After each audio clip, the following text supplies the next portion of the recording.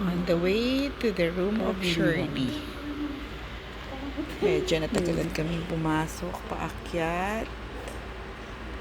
Going toward 10B.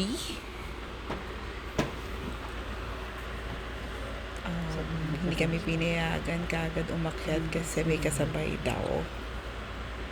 So nakakatuwa yung kanilang visiting pass.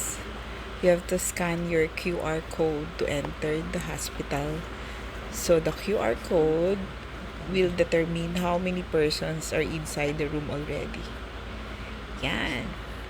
Pasok na kami sa room ni Shirley after her operation. Yan.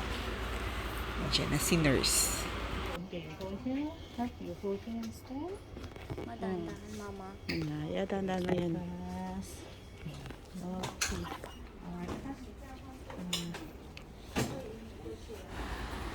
So amazing.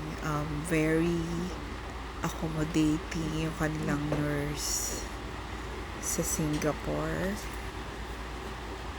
Siya pa yung naghahatid inside the restroom para maka-CR si Shirley for the first time after her operation. So ayan, wait lang tayo paglabas niya.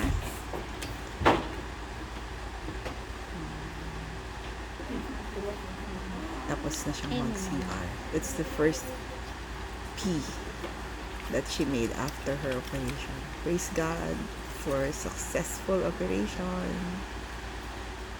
Dahan-dahan lang. Ay, may sapid sa likod. Yan, sasara ko muna ha. Pero pasok kayo. Dahan-dahan lang.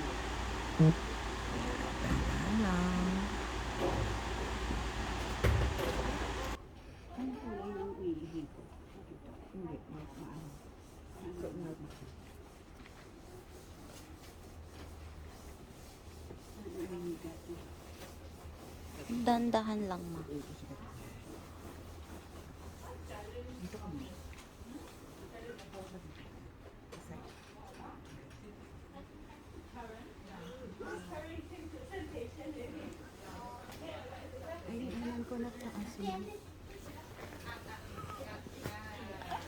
Okay. Ano, magana? Ganyan? Hanggang leeg.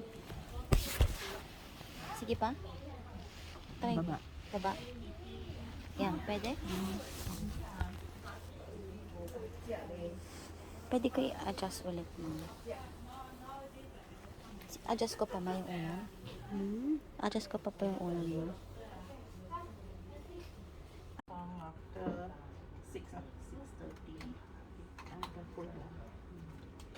This time, the nurse is getting her vitals. Ang bait niyang nurse na yan. Nakakatuwa. As of now, no iris. Because of my condition. Where you were previously. ST Logistics.